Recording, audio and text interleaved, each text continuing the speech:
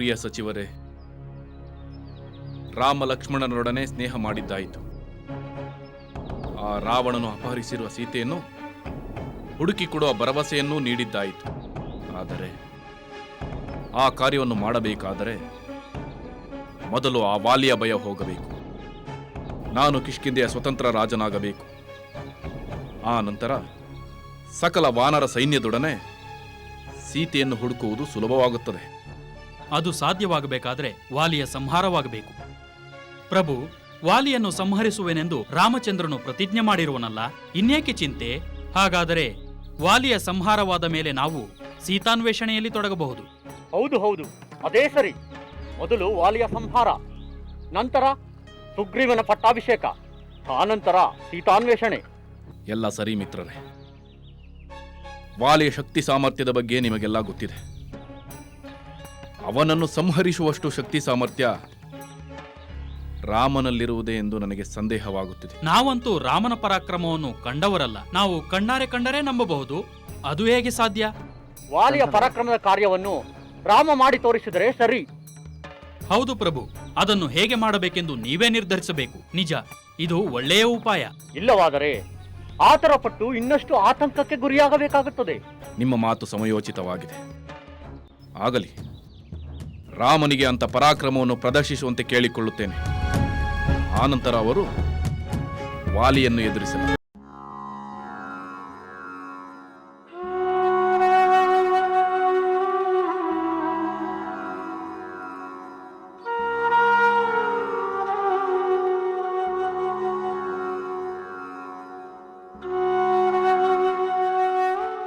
ರಾಮಚಂದ್ರ, ವಿಶ್ರಾಂತಿ ತೆಗೆದುಕೊಂಡಿರಾ?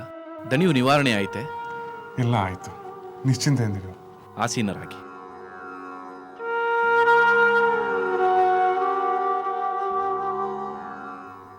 ರಾಮಚಂದ್ರ, ನಾನು ನಿನ್ನೊಡನೆ ಒಂದು ವಿಷಯವನ್ನು ಮಾತಾಡಬೇಕಿದೆ. ಏನು ಹೇಳು ಸುಗ್ರೀವ, ಸಂಕೋಚ ಬೇಡ. ರಾಮಚಂದ್ರ, ವಾಲಿಯ ಸಂಹಾರವಾಗದೆ ನಾವು ಸೀತಾನ್ವೇಷಣೆಗೆ ಹೊರಡುವುದು ಕಷ್ಟವಾಗುತ್ತದೆ.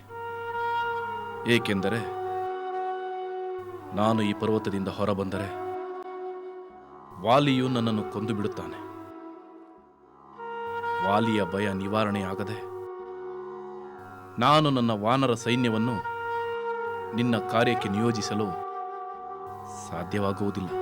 ನನ್ನ ಮಾತಿನ ಮೇಲೆ ನಿನಗೆ ಸಂದೇಹವೇ ಮಿತ್ರ? ವಾಲಿಯನ್ನು ಸಂಹರಿಸುವುದಾಗಿ ನಾನು ಕೊಟ್ಟ ಮಾತನ್ನು ಸತ್ಯವೆಂದೇ ತಿಳಿ. ಏಕೆಂದರೆ ನಾನು ಹಿಂದೆ ಎಂದು ಸುಳ್ಳು ಹೇಳಿದವನಲ್ಲ, ಮುಂದೆಯೂ ಹೇಳುವುದಿಲ್ಲ. ನಾನು ಸತ್ಯದ ಮೇಲೆ ಆಣೆ ಇಟ್ಟು ನಿನಗೆ ಮಾತನ್ನು ಕೊಡುತ್ತಿದ್ದೇನೆ. ಸುಗ್ರೀವ ಮಹಾರಾಜ, ಸತ್ಯ ನಿಷ್ಠಾವಂತನಾದ ಶ್ರೀರಾಮನ ಮಾತಿನ ಮೇಲೆ ನನಗೆ ಸಂಪೂರ್ಣ ಭರವಸೆ ಇದೆ. ನಿನಗೇಕೆ ಈ ಸಂದೇಹ ಬಂತು? ನನಗೂ ನಂಬಿಕೆ ಇದೆ ಹನುಮಂತ. ಆದರೆ ರಾಮಚಂದ್ರನು ಆಡಿದ ಮಾತು, ಕೊಟ್ಟ ಭರವಸೆಗಳು ಕಾರ್ಯರೂಪಕ್ಕೆ ಬರಬೇಕಲ್ಲವೇ? ಏಕೆಂದರೆ ವಾಲಿಯು ಅಂತಿಂತ ವೀರನಲ್ಲ, ಮಹಾ ಸಾಮರ್ಥ್ಯಶಾಲಿ. ನಾನು ಕೊಟ್ಟ ಮಾತು ಕಾರ್ಯಗತವಾಗುತ್ತದೆ ಮಿತ್ರ. ನಿನ್ನ ಮನೋಭೀಷ್ಟ ಖಂಡಿತ ಈಡೇರುತ್ತದೆ. ಆದರೆ ಅದಕ್ಕೆ ಮೊದಲು ನಿನಗೂ ನಿನ್ನ ಸೋದರ ವಾಲಿಗೂ ಉಂಟಾದ ವೈರತ್ವದ ಕಾರಣವನ್ನು ನನಗೆ ಹೇಳು. ಆನಂತರ ನಿಮ್ಮಿಬ್ಬರ ಬಲಾಬಲಗಳನ್ನು ತೂಗಿ ನೋಡಿ ನಿನ್ನ ಕಾರ್ಯ ಸಾಧನೆಯ ಉಪಾಯವನ್ನು ಯೋಚಿಸುತ್ತೇನೆ. ತಿಳಿಸುತ್ತೇನೆ ರಾಮಚಂದ್ರ, ಸವಿಸ್ತಾರವಾಗಿ ತಿಳಿಸುತ್ತೇನೆ. ಹಿಂದೆ ಒಂದು ಸಲ ಮಹಿಷ ರೂಪದ ದುಂದುಬಿ ಎಂಬ ಹೆಸರಿನ ರಾಕ್ಷಸನನ್ನು ವಾಲಿಯು ಒಟ್ಟಿಸಿಕೊಂಡು ಹೋದ. ನಾನು ಜೊತೆಯಲ್ಲಿಯೇ ಇದ್ದೆ. ವಾಲಿಗೆ ಹೆದರಿ ಆ ದುಂದುಬಿಯು ಮಲೆಯ ಪರ್ವತದ ಗುಹೆಯೊಳಗೆ ಹೊಕ್ಕ. ಆಗ ಸುಗ್ರೀವ, ನೀನು ಈ ಗುಹೆ ಬಳಿ ಕಾದಿರು. ನಾನು ಒಳಗೆ ಹೋಗಿ ಆ ದುರಾರಕ್ಷಸನ್ನು ಕೊಂದು ಬರುತ್ತೇನೆ. ನಾನು ಬರೋವರೆಗೂ ನೀನು ಕದಲದಿರು. ನಿನ್ನ ಆಜ್ಞೆಯಂತೆ ಆಗಲಿ ಸೋದರ.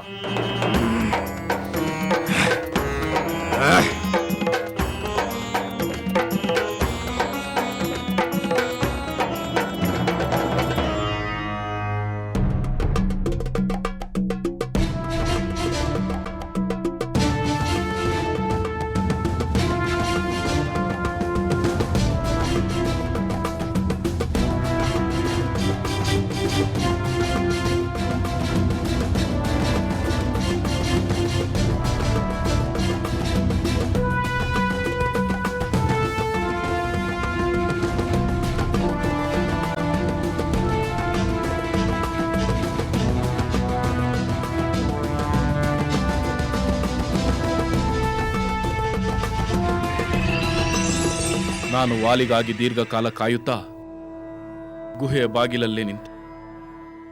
ಆದರೆ ವಾಲಿಯು ಬರಲಿಲ್ಲ. ಬಲವಂತನಾದ ರಾಕ್ಷಸನು ವಾಲಿಗೆ ಏನಾದರೂ ಮಾಡಿರಬಹುದೆಂದು ಚಿಂತೆಯಾಯಿತು. ಅದಕ್ಕೆ ತಕ್ಕಂತೆ ಗುಹೆಯ ಬಾಗಿಲಿನಿಂದ ರಕ್ತವು ಪ್ರವಾಹದಂತೆ ಹರಿದು ಬಂತು.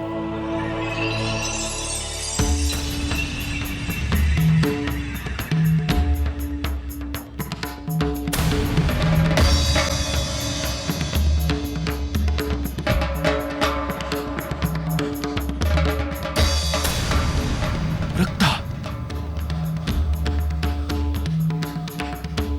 ಹಾಗಾದರೆ ಆ ರಕ್ಕಸ ನನ್ನ ಸೋದರ ವಾಲಿಯನ್ನು ಕೊಂದು ಬಿಟ್ಟಿರಬೇಕು.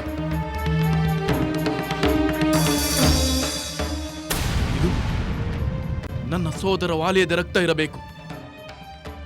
ಇಲ್ಲದಿದ್ದಲ್ಲಿ ಮಹಾಪರಾಕ್ರಮಶಾಲಿಯಾದ ವಾಲಿಯು ಈ ವೇಳೆಗೆ ಹೊರಗೆ ಬರುತ್ತಿದ್ದ.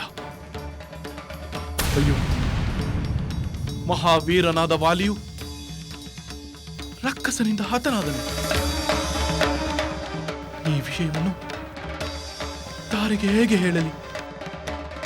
ಹನುಮಂತಾದಿ ಸಚಿವರುಗಳಿಗೆ, ವಾನರ ಪ್ರಜೆಗಳಿಗೆ ಈ ಅನರ್ಥವನ್ನು ಹೇಗೆ ಹೇಳಲಿ? ನಾನೇನು ಮಾಡಲಿ? ಈಗ ನಾನೇನು ಮಾಡಲಿ? ಒಂದು ವೇಳೆ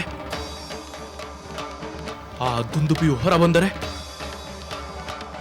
ವಾಲಿಯಂತೆಯೇ ನನ್ನನ್ನು ಕೊಂದು ಬಿಡುತ್ತಾನೆ. ಹೊರಗೆ ಬರಬಾರದು, ಅವನು ಹೊರಗೆ ಬರಬಾರದು.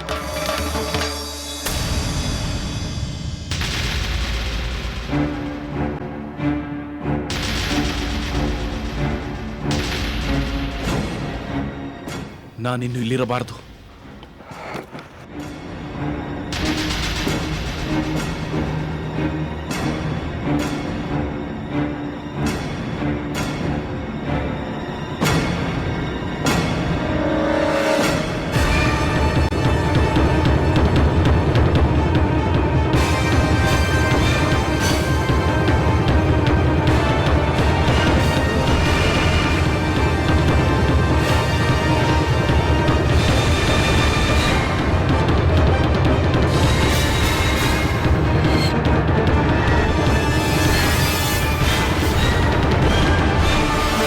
ನಾನು ಕಿಷ್ಕಿಂದಿಗೆ ಮರಳಿ ಬಂದೆ. ನಡೆದ ಸಂಗತಿಯನ್ನು ಎಲ್ಲರಿಗೂ ವಿವರಿಸಿದೆ. ಎಲ್ಲರ ದುಃಖದಲ್ಲಿ ನಾನು ಭಾಗಿಯಾದೆ.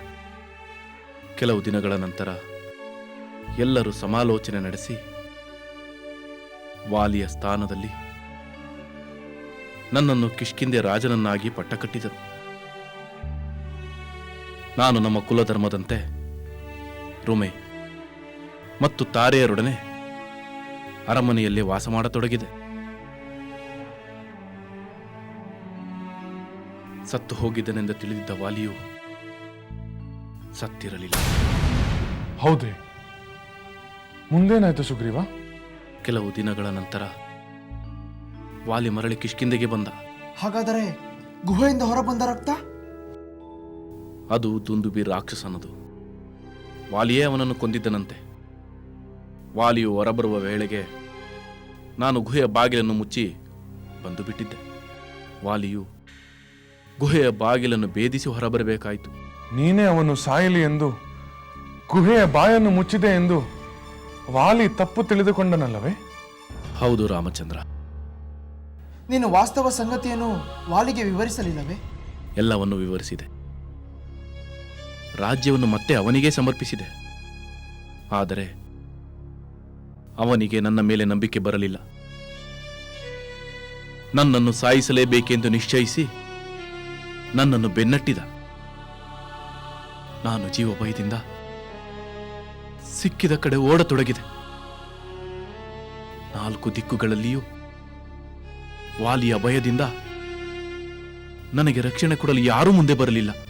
ವಾಲಿ ಈ ಸ್ಥಳಕ್ಕೆ ಬರಲಿಲ್ಲವೇ?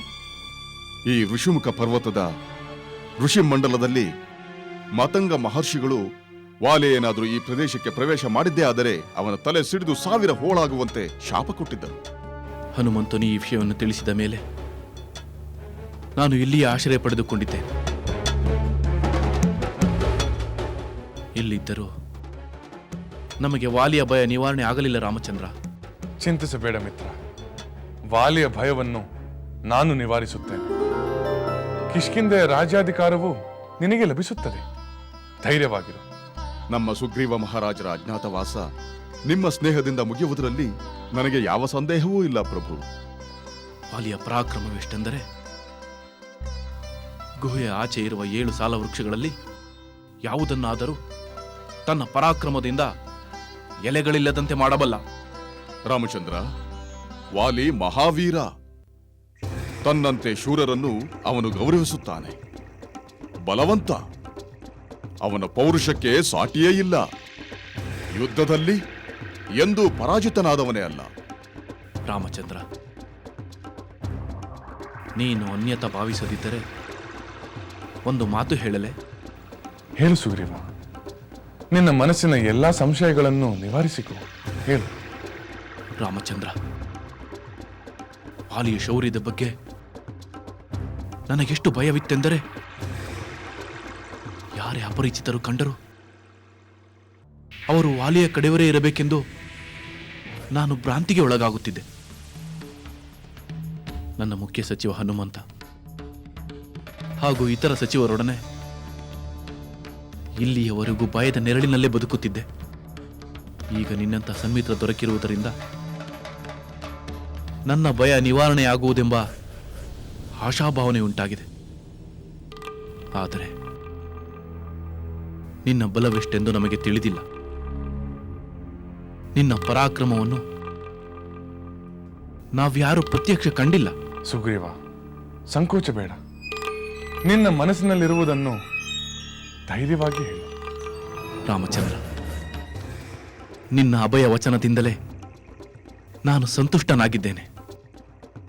ನಿನ್ನ ತೇಜಸ್ಸನ್ನು ನೋಡುತ್ತಿದ್ದರೆ ನೀನು ವಾಲಿಗಿಂತ ವೀರನೆಂದು ನಮಗೆ ನಂಬಿಕೆ ಬರುತ್ತಿದೆ. ಆದರೆ ಸುಗ್ರೀವ, ನಾನು ಯಾವ ಕಾರ್ಯವನ್ನು ಮಾಡಿದರೆ ನಿನಗೆ ವಾಲಿಯ ವಧೆಯ ವಿಷಯದಲ್ಲಿ ನನ್ನ ಮೇಲೆ ನಂಬಿಕೆ ಉಂಟಾಗುತ್ತದೆ? ಸುಗ್ರೀವ, ನನ್ನ ಸಹೋದರನ ಪರಾಕ್ರಮದ ಬಗ್ಗೆ ಇದುವರೆಗೂ ಶಂಕೆ ಪಟ್ಟವರು ಯಾರೂ ಇಲ್ಲ. ನಿನ್ನ ಶಂಕೆಯನ್ನು ದೂರ ಮಾಡಲು ನಾವು ಏನು ಮಾಡಬೇಕು ಹೇಳು? ನಾವು ಸಾಲು ವೃಕ್ಷಗಳ ಬಳಿಗೆ ಹೋಗೋಣ. ಏನು ಮಾಡಬೇಕೆಂದು ಅಲ್ಲಿಯೇ ಹೇಳುತ್ತೇನೆ. ಬನ್ನಿ.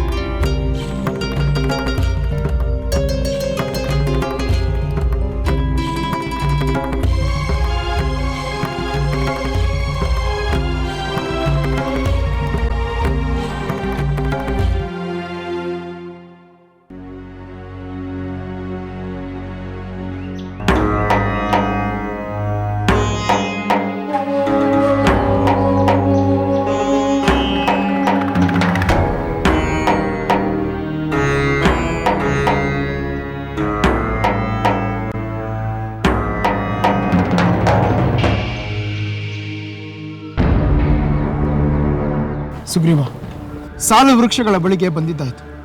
ಈಗ ಏನು ಮಾಡಬೇಕೆಂದು ಹೇಳು? ವಾಲಿಯು ಇಂಥ 100 ಸಾಲ ವೃಕ್ಷಗಳನ್ನು ಸುಲಭವಾಗಿ ಧ್ವಂಸ ಮಾಡಬಲ್ಲ. ಅಂದರೆ ರಾಮಚಂದ್ರನು ಹಾಗೆ ಧ್ವಂಸ ಮಾಡಬೇಕೆ? ಬೇಡ ಲಕ್ಷ್ಮಣ. ಈ 7 ಸಾಲ ವೃಕ್ಷಗಳಲ್ಲಿ ಒಂದನ್ನು ರಾಮಚಂದ್ರನು ತನ್ನ ಒಂದೇ ಬಾಣದಿಂದ ಸೀಳಿದರೆ ರಾಮನಿಂದ ವಾಲಿ ಹತನಾಗುತ್ತಾನೆಂದು ನನಗೆ ನಂಬಿಕೆ ಬರುತ್ತದೆ.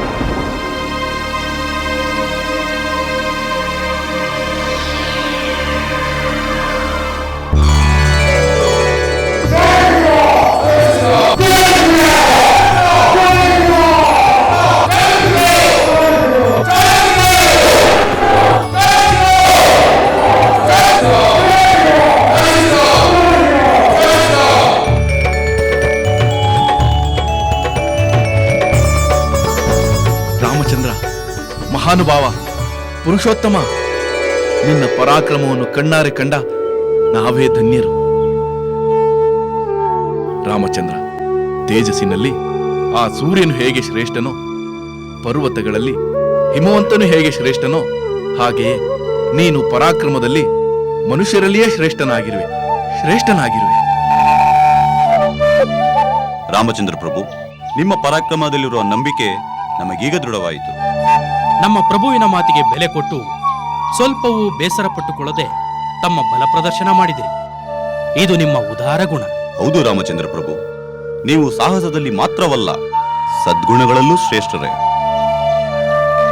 ಇನ್ನು ವಾಲಿಯ ಭಯ ನಿವಾರಣೆಯಾಗುವುದರಲ್ಲಿ ಕಿಂಚಿತ್ತೂ ಸಂದೇಹವಿಲ್ಲ. ಸುಗ್ರೀವ, ಪುರುಷೋತ್ತಮನಾದ ಶ್ರೀರಾಮನ ಗುಣ ಪರಾಕ್ರಮಗಳನ್ನು ಪರೀಕ್ಷಿಸುವ ಉದ್ದಟತನ ಎಂದಿಗೂ ಯಾರಿಂದಲೂ ನಡೆಯಬಾರದು. ಇಲ್ಲ ಹನುಮಂತ, ಇನ್ನೆಂದೂ ಇಂಥ ಕಾರ್ಯ ನಡೆಯುವುದಿಲ್ಲ. ರಾಮಚಂದ್ರ, ನನ್ನಿಂದ ಅಪರಾಧವಾಗಿದ್ದರೆ ದಯಮಾಡಿ ನನ್ನನ್ನು ಕ್ಷಮಿಸು. ಇಲ್ಲ ಮಿತ್ರ, ಕ್ಷಮಿಸಬೇಕಾದ ಅಪರಾಧ ಯಾವುದೂ ನಡೆದಿಲ್ಲ. ಇಂತಹ ಸಂದರ್ಭದಲ್ಲಿ ನೀನು ನಡೆದುಕೊಂಡಿದ್ದು ವಿಹಿತವಾಗಿಯೇ ಇದೆ. ಈಗ ನನ್ನ ನಂಬಿಕೆ ಅಚಲವಾಗಿದೆ ರಾಮಚಂದ್ರ. ದೈತ್ಯ ದಾನವರನ್ನು ಅಡಗಿಸುವ ಸಾಮರ್ಥ್ಯವುಳ್ಳ ನೀನು ವಾಲಿಯನ್ನು ಸಂಹಾರ ಮಾಡುವುದರಲ್ಲಿ ಯಾವುದೇ ಸಂದೇಹವಿಲ್ಲ.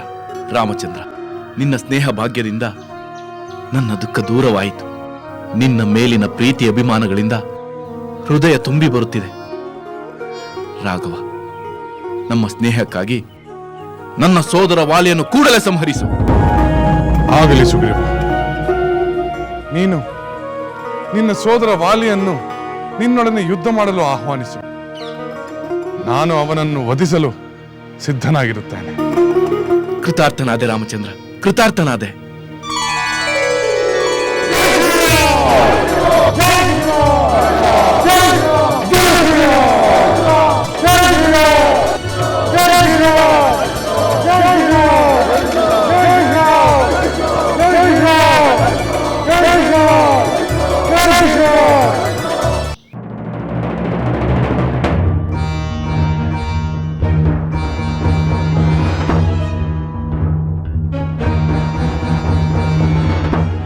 ರಾಮಚಂದ್ರ, ಇದೇ ನನ್ನ ಅಣ್ಣ ವಾಸ ಮಾಡುತ್ತಿರುವ ಗುಹೆ. ಇಲ್ಲಿಯೇ ವಾಲಿಯು ಸಕಲ ರಾಜವೈಭವಗಳಿಂದ ಮೆರೆಯುತ್ತಿದ್ದಾನೆ. ಸುಗ್ರೀವ, ಆ ವಾಲಿಯನ್ನು ಯುದ್ಧಕ್ಕೆ ಆಹ್ವಾನಿಸು. ಆಗಲಿ ರಾಮಚಂದ್ರ. ನಾನು ಧನುರ್ಬಾಣಗಳೊಂದಿಗೆ ಮರೆಯಲ್ಲಿ ನಿಂತಿರುತ್ತೇನೆ. ಅವನನ್ನು ಆಹ್ವಾನಿಸು, ಯುದ್ಧವನ್ನು ಆರಂಭಿಸು. ಸೂಕ್ತ ಸಮಯದಲ್ಲಿ ನನ್ನ ಬಾಣ ಅವನನ್ನು ವಧಿಸುತ್ತದೆ.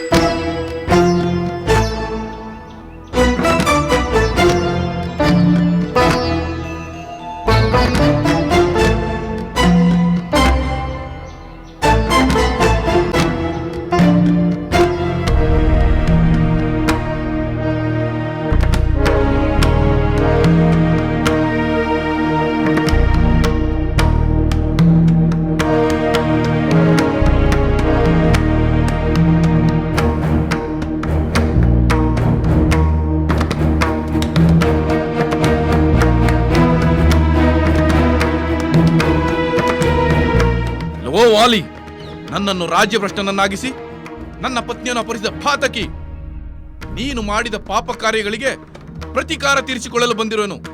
ಹೊರಗೆ ಬಾ, ಬಂದು ನನ್ನೊಡನೆ ಯುದ್ಧ ಮಾಡು. ಬಾ ಹೊರಗೆ.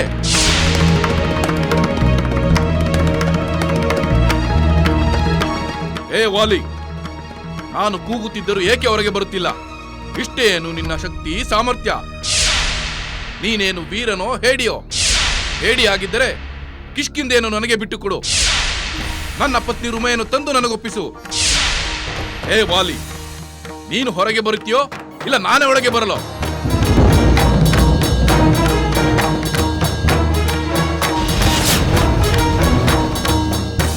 ಎಲ್ಲವೋ ಸುಗ್ರೀವ, ಎಲ್ಲಿಂದ ಬಂತು ನಿನಗೆ ಇಂಥ ಧೈರ್ಯ? ನನಗೆ ಪಂಥಹಾವನ ನೀಡಲು ಬಂದಿರುವೆಯಾ ಅಥವಾ ನನ್ನ ಕೈಯಿಂದ ಸಾಯಲು ಬಂದಿರುವೆಯಾ? ಸಾಯುವವನು ನಾನಲ್ಲ, ನೀನು. ಏನಂದೆ?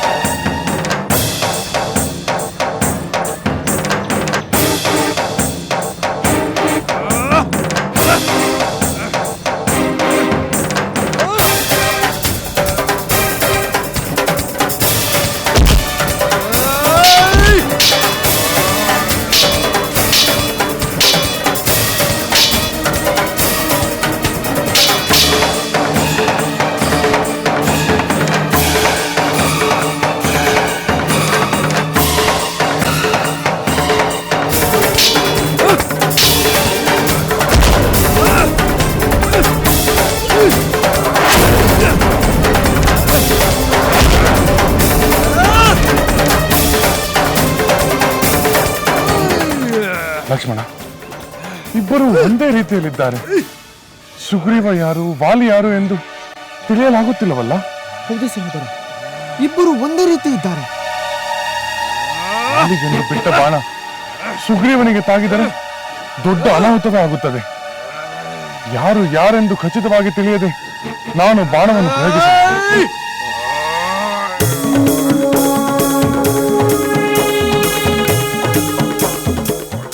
ಈ ರಾಮಚಂದ್ರ ಇನ್ನೂ ವಾಲಿಯ ಮೇಲೆ ಬಾಣ ಪ್ರಯೋಗಿಸಲಿಲ್ಲ. ಅಯ್ಯೋ, ನನಗಿಂತ ಬಲವಂತನಾದ ವಾಲಿ ನನ್ನನ್ನು ಕೊಂದು ಬಿಡುತ್ತಾನಲ್ಲ. ರಾಮ ಏಕೆ ತಡ ಮಾಡುತ್ತಿದ್ದಾನೆ? ಅಯ್ಯೋ, ನಮ್ಮ ಪ್ರಭು ಸುಗ್ರೀವ ಮಹಾರಾಜರನ್ನು ವಾಲಿ ಕೆಳಗೆ ಕೆಡವಿಕೊಂಡು ಹೊಡೆಯುತ್ತಿದ್ದಾನಲ್ಲ. ಅಯ್ಯೋ, ನಮ್ಮ ಪ್ರಭು ಸುಗ್ರೀವನ ಪಾಡು ನೋಡಲಾಗುತ್ತಿಲ್ಲವಲ್ಲ. ಹೀಗೆ ಆದರೆ ನಮ್ಮ ಸುಗ್ರೀವ ಪ್ರಭು ಸತ್ತು ಹೋಗುತ್ತಾರೆ. ಅಯ್ಯೋ, ಕೊಟ್ಟ ಮಾತನ್ನು ಮರೆತು ರಾಮ ಏಕೆ ಸುಮ್ಮನಿದ್ದಾನೆ?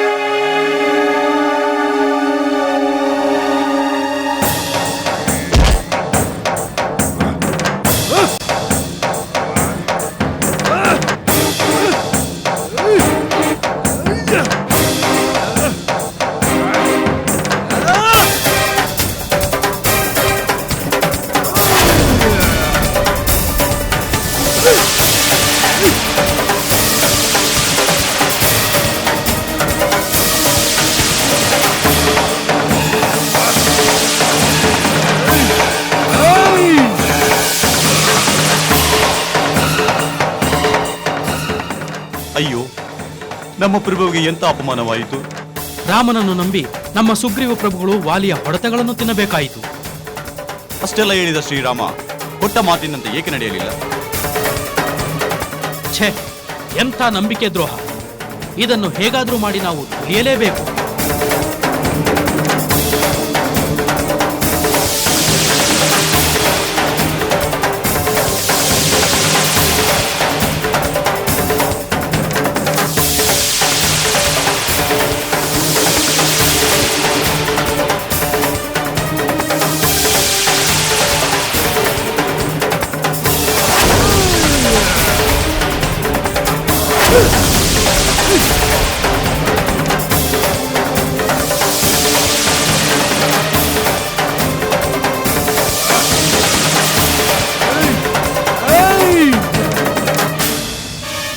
ಧೂರ್ತ ಓಡಿ ಹೋದ.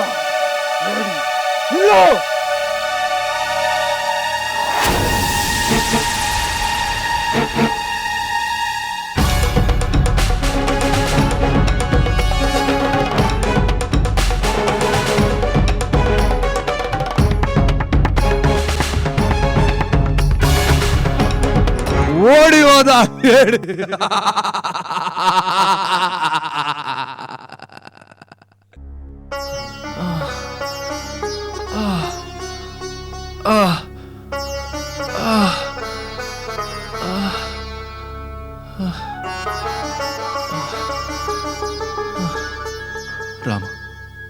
ರಾಮಚಂದ್ರ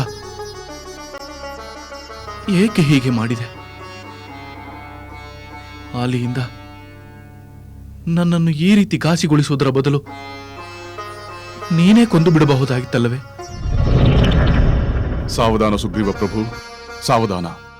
ಆತುರದಲ್ಲಿ ಆಡಬಾರದ ಮಾತು ಬಾಯಿಂದ ಬಂದು ಬಿಟ್ಟಿತು. ಇಲ್ಲ, ನಾನು ವಿವೇಕ ಶೂನ್ಯನಾಗಿ ವರ್ತಿಸುತ್ತಿಲ್ಲ ಹನುಮಂತ. ಆದರೆ ರಾಮನು ಏಕೆ ಹೀಗೆ ಮಾಡಿದನೆಂದು ನಾನು ಕೇಳುತ್ತಿರುವುದು ನ್ಯಾಯವಾಗಿಯೇ ಇದೆ ಎಂದು ನಾನು ಭಾವಿಸುತ್ತೇನೆ. ಹೌದು ಹನುಮಂತ, ಸುಗ್ರೀವನಿಗೆ ಆ ಅಧಿಕಾರವಿದೆ. ರಾಘವ, 7 ಸಾಲು ವೃಕ್ಷಗಳನ್ನು ಒಂದೇ ಬಾಣದಿಂದ ನೀನು ಧರೆಗೊಳಿಸಿದಾಗಲೇ ನಿನ್ನ ಪರಾಕ್ರಮವೆಷ್ಟೆಂದು ನನಗೆ ಮನವರಿಕೆಯಾಗಿದೆ. ವಾಲಿಯನ್ನು ಯುದ್ಧಕ್ಕೆ ಕರೆಯುವಂತೆ ನೀನೇ ನನ್ನನ್ನು ಪ್ರಚೋದಿಸಿದೆ. ಆದರೆ ವಾಲಿಯತ್ತ ಬಾಣ ಪ್ರಯೋಗಿಸದೆ ನಾನು ಈ ರೀತಿ ಚಿಂತಾಜನಕವಾಗುವಂತೆ ಏಕೆ ಮಾಡಿದೆ ರಾಮಚಂದ್ರ? ಏಕೆ ಮಾಡಿದೆ? ಅದಕ್ಕೆ ಕಾರಣವಿದೆ ಸುಗ್ರೀವ. ವೃತ ರಾಮನನ್ನು ಆಕ್ಷೇಪಿಸಬೇಡ. ಕಾರಣ ಅಂತ ಕಾರಣವಾದರೂ ಏನು ಲಕ್ಷ್ಮಣ? ಈ ರೀತಿ ನೆಪ ಹುಡುಕುವುದರ ಬದಲು ನೇರವಾಗಿ ವಾಲಿಯನ್ನು ಕೊಲ್ಲುವುದಿಲ್ಲ ಎಂದು ಹೇಳಿಬಿಟ್ಟಿದ್ದರೆ ಅವನನ್ನು ಯುದ್ಧಕ್ಕೆ ಕರೆದು ಈ ರೀತಿ ಪೆಟ್ಟುಗಳನ್ನು ಅವಮಾನವನ್ನು ಅನುಭವಿಸಬೇಕಾಗಿರಲಿಲ್ಲ. ಸುಗ್ರೀವ, ನೀನು ಕೋಪದಿಂದ ನನ್ನನ್ನು ಆಕ್ಷೇಪಿಸುತ್ತಿರುವೆ ಎಂದು ನಾನು ಬೇಸರ ಮಾಡಿಕೊಳ್ಳುವುದಿಲ್ಲ. ಆದರೆ ನಾನು ಬಾಣವನ್ನು ಏಕೆ ಪ್ರಯೋಗಿಸಲಿಲ್ಲವೆಂದು ಕೇಳು. ಸುಗ್ರೀವ, ನೀನು ಹಾಗೂ ವಾಲಿ ಜೊತೆಗೆ ನಿಂತಾಗ ವಾಲಿ ಯಾರು, ಸುಗ್ರೀವ ಯಾರು ಎಂದು ಕಂಡು ಹಿಡಿಯಲಾಗುವುದಿಲ್ಲ. ನಿಮ್ಮ ರೂಪ, ದೇಹ ದಾಢ್ಯ, ಭಂಗಿ ಎಲ್ಲವೂ ಏಕರೂಪವಾಗಿವೆ. ವಾಲಿಗೆ ಬಿಟ್ಟ ಬಾಣ ನಿನ್ನನ್ನು ಘಾತಿಸಿದರೆ ಎಂದು ನಾನು ಭಯದಿಂದ ತಟಸ್ಥನಾಗಬೇಕಾಯಿತು. ಹೌದು ಸುಗ್ರೀವ, ನಿಮ್ಮಿಬ್ಬರ ರೂಪ ಸಾದೃಶ್ಯದಿಂದ ನನಗೂ ಗೊಂದಲ ಉಂಟಾಯಿತು. ನನ್ನ ಮಾತು ನಂಬು ಸುಗ್ರೀವ. ರಾಮಚಂದ್ರ, ನಿಮ್ಮ ಮಾತು ಸರಿಯಾಗಿದೆ. ಎಷ್ಟೋ ವರ್ಷಗಳ ಬಳಿಕ ನಮಗೆ ಒಂದೊಂದು ಸಲ ಇಂತಹ ಸಂದಿಗ್ಧ ಉಂಟಾಗುವುದು ಎಂದ ಮೇಲೆ ಮೊದಲ ಸಲ ನೋಡಿದಾಗ ನಿಮಗೆ ಇಂತಹ ಗೊಂದಲ ಉಂಟಾಗುವುದು ಸಹಜ. ಹೌದು, ನಾವಾದರೂ ಇದನ್ನು ಮೊದಲೇ ಹೇಳಬೇಕಾಗಿತ್ತು. ಸುಗ್ರೀವ ಮಿತ್ರ, ಈಗಲಾದರೂ ನನ್ನ ಮೇಲಿನ ಕೋಪ ಹೋಯಿತೆ? ನಾನು ತಪ್ಪು ಮಾಡಿಲ್ಲವೆಂದು ನಿನಗೆ ನಂಬಿಕೆ ಬಂತೆ? ನಿನ್ನ ಮಾತು ನಿಜ ರಾಮಚಂದ್ರ. ಈಗ ನನಗೆ ನಂಬಿಕೆ ಬಂತು. ನಾನು ಆಕಸ್ಮಿಕವಾಗಿ ಆತುರಪಟ್ಟು ಬಾಣವನ್ನು ಪ್ರಯೋಗಿಸಿ ನೀನು ಅವಸಾನ ಹೊಂದಿದ್ದರೆ ನಾನು ಅಪಕೀರ್ತಿಗೆ ಗುರಿಯಾಗುತ್ತಿರಲಿಲ್ಲವೇ? ಹೌದು ರಾಮಚಂದ್ರ, ವೃತ ನಿನ್ನನ್ನು ಆಕ್ಷೇಪಿಸಿದ್ದಕ್ಕೆ ನನ್ನನ್ನು ಕ್ಷಮಿಸು. ಮಿತ್ರ, ಈಗ ನಾನು ನನ್ನ ಸೋದರ ಲಕ್ಷ್ಮಣ ನಿನ್ನ ಅಧೀನದಲ್ಲಿದ್ದೇವೆ. ನಿನಗೆ ಅಭಯವನ್ನು ನೀಡಿ ನಿನ್ನನ್ನು ಕೊಲ್ಲುವುದು ಮಹಾಪಾತಕವಾಗುತ್ತದೆ. ಸುಗ್ರೀವ, ಈಗ ನೀನು ಮತ್ತೆ ವಾಲಿಯ ಗುಹೆಯ ಬಳಿಗೆ ಹೋಗಿ ಅವನನ್ನು ಮತ್ತೆ ಯುದ್ಧಕ್ಕೆ ಆಹ್ವಾನಿಸು. ಮತ್ತೆ ಯುದ್ಧಕ್ಕೆ ಕರೆಯುವುದೇ? ಇಲ್ಲ, ಈ ಸಾರಿ ಅವನ ಕೈಗೆ ಸಿಕ್ಕರೆ ಅವನು ನನ್ನನ್ನು ಕೊಂದೇ ಬಿಡುತ್ತಾನೆ. ಸಂದೇಹ ಬೇಡ ಮಿತ್ರ, ಈ ಸಲ ನಾನು ವಾಲಿಯನ್ನು ಖಂಡಿತ ಸಂಹರಿಸುತ್ತೇನೆ. ಆದರೆ ಅದಕ್ಕೆ ಮೊದಲು ನಿನ್ನನ್ನು ಗುರುತಿಸಲು ನಾವು ಒಂದು ಗುರುತನ್ನು ಮಾಡಿಕೊಳ್ಳಬೇಕು. ಅದು ಹೇಗೆ? ಶುಭಲಕ್ಷಣಯುಕ್ತವಾದ ಒಂದು ಹೂಮಾಲೆಯನ್ನು ನಮ್ಮ ಪ್ರಭುವಿನ ಕೊರಳಿಗೆ ಹಾಕಿ ಸುಲಭವಾಗಿ ಗುರುತಿಸಬಹುದು. ಒಳ್ಳೆ ಆಲೋಚನೆ ಹನುಮಂತ. ಆ ಗುರುತಿನಿಂದ ನಾನು ವಾಲಿಯ ಮೇಲೆ ಬಾಣ ಪ್ರಯೋಗ ಮಾಡಬಹುದು. ಜೈ ಲಂಕೇಶ್ವರ. ಪ್ರಭು, ನಾವು ನಿಮ್ಮ ಆಜ್ಞೆಯಂತೆ ದಂಡಕಾರಣ್ಯಕ್ಕೆ ಹೋಗಿ ಬಂದೆವು ಪ್ರಭು. ರಾಮ ಲಕ್ಷ್ಮಣರ ವಿಷಯವೇನಾದರೂ ತಿಳಿಯಿತೆ? ತಿಳಿಯಿತು ಪ್ರಭು, ಅದಕ್ಕಾಗಿ ಬಂದೆವು. ಸೀತೆಯ ವಿಯೋಗದಿಂದ ಬದುಕಿದ್ದಾರೋ ಅಥವಾ ಸತ್ತೇ ಹೋದರೋ? ಎರಡೂ ಅಲ್ಲ ಪ್ರಭು, ಅವರು ದಂಡಕಾರಣ್ಯದಲ್ಲೇ ಇಲ್ಲವೆಂಬ ವಿಷಯ ತಿಳಿಯಿತು ಪ್ರಭು. ದಂಡಕಾರಣ್ಯದಲ್ಲಿ ಇಲ್ಲವೇ? ಅಂದರೆ ಅವರಿಗೆ ನಮ್ಮ ಹಾಗೆ ಮಾಯಾವಿದ್ಯೆ ಏನಾದರೂ ಬರುತ್ತದೆಯೇ? ಪ್ರಭು, ಅವರು ಸೀತೆಯನ್ನು ಹುಡುಕುತ್ತಾ ಕಿಷ್ಕಿಂಧೆಯತ್ತ ಸಾಗಿದ್ದಾರೆಂದು ನಮಗೆ ತಿಳಿಯಿತು. ಕಿಷ್ಕಿಂಧೆಯತ್ತ? ಅಲ್ಲಿ ಮಹಾಪರಾಕ್ರಮಶಾಲಿಯಾದ ವಾಲಿ ಇದ್ದಾನಲ್ಲ. ಆ ವಾಲಿಯ ಪರಾಕ್ರಮ ತಮಗೆ ತಿಳಿದಿಲ್ಲವೇ ಪ್ರಭು? ಹಿಂದೆ ಅವನು ನಿಮ್ಮನ್ನು... ಸಾಕು ಸಾಕು, ಮುಂದೆ ಮಾತನಾಡುವುದು ಬೇಡ. ನೀವುಗಳು ಎಚ್ಚರಿಕೆಯಿಂದ ಗೂಢಚರ್ಯೆಯನ್ನು ಮಾಡಬೇಕು. ಏನಾದರೂ ವಿಶೇಷವಾದ ವಿಷಯವಿದ್ದರೆ ನನಗೆ ಬಂದು ತಿಳಿಸಿ. ಪ್ರಭು. ಜೈ ಲಂಕೇಶ್ವರ.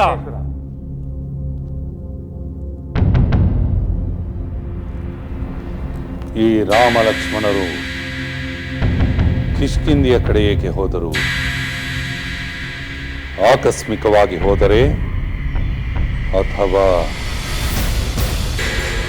ಆ ವಾಲಿ ನಿಜಕ್ಕೂ ಮಹಾಪರಾಕ್ರಮಶಾಲಿ? ಇವರೇನಾದರೂ ಅವನ ಬೆಂಬಲ ಪಡೆದರೆ